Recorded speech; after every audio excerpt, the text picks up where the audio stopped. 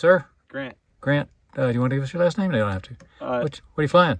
I'm flying the Inspire 2 with the X7 camera. Wow, I want to see some of the videos when you get them. Yeah, definitely. Where do I see them? Flybyimagery.com. Flyby Imagery. Where is that?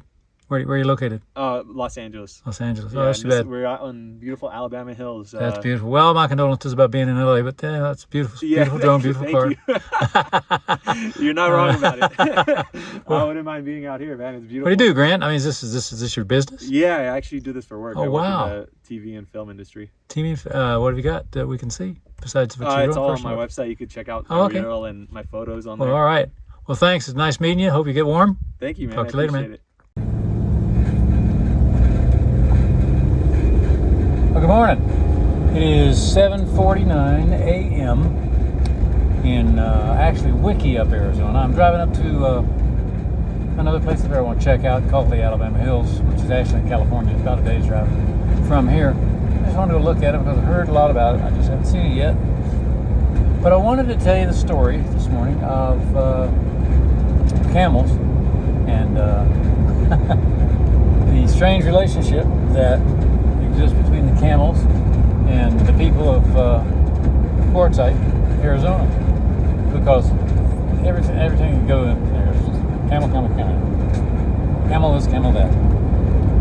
So it turns out that in the late 1800s, the U.S. Army decided that they wanted to find out if camels would be better than horses for their mounted cavalry when they go over in places like Tunisia and North Africa, places that they thought that they might be fighting soon. In fact, that was pretty prescient. And so they created this camel sort of cavalry, or tested camel cavalry.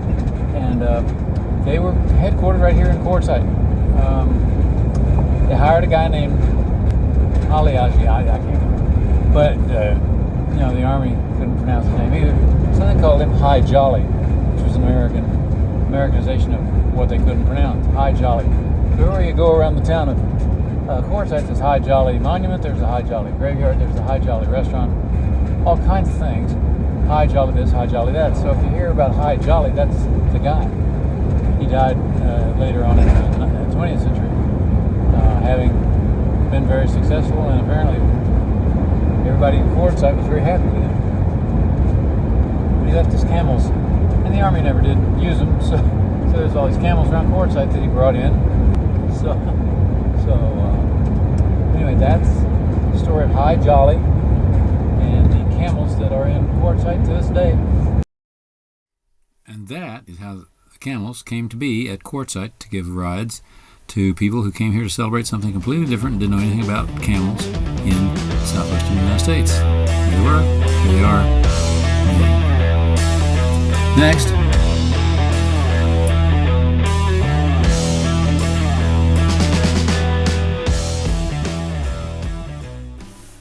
Well, all right, it's time for another tip for traveling with Parkinson's, or any movement disorder for that matter. When we first get our vans or whatever we're going to get, school buses or whatever, they tend to start out looking like this, sort of a blank slate.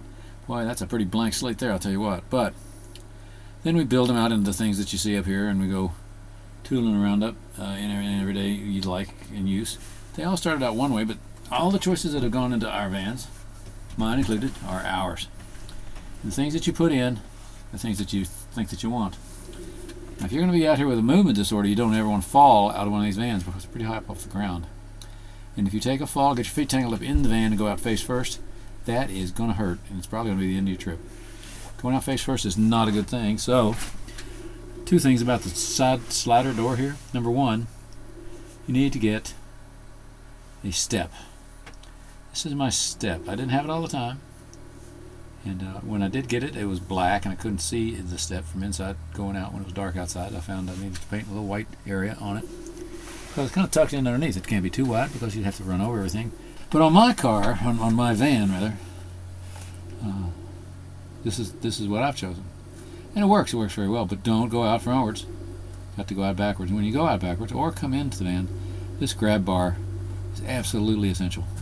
This grab bar was pictured on another van, and I got to go down and get one because it's absolutely essential, and I need one bad. I'm going to spend the money on that next. Probably go get a grab bar this week. Put it on. If I do, I'll show a picture of it to you. Probably sneak it in one of the next videos as an Easter egg. But that is the tip for traveling with Parkinson's today. Take measures to get in and out of your van safely, and you'll have a much longer and more fun trip. So that's our Hindi. Traveling with Parkinson's for the day. Talk to you later.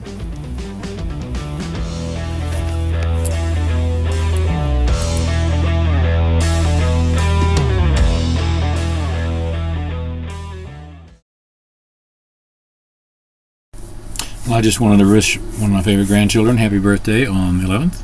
That was yesterday, but today I released this early, so happy birthday! Bye. Love you. Hey, doofus, you forgot us. Who's that? Well, it's me, Otto.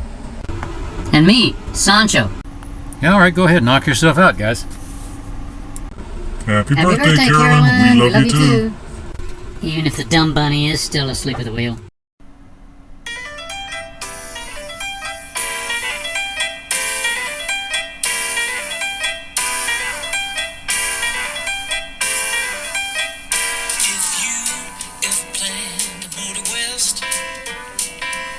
Travel my way, that's the highway, that's the best.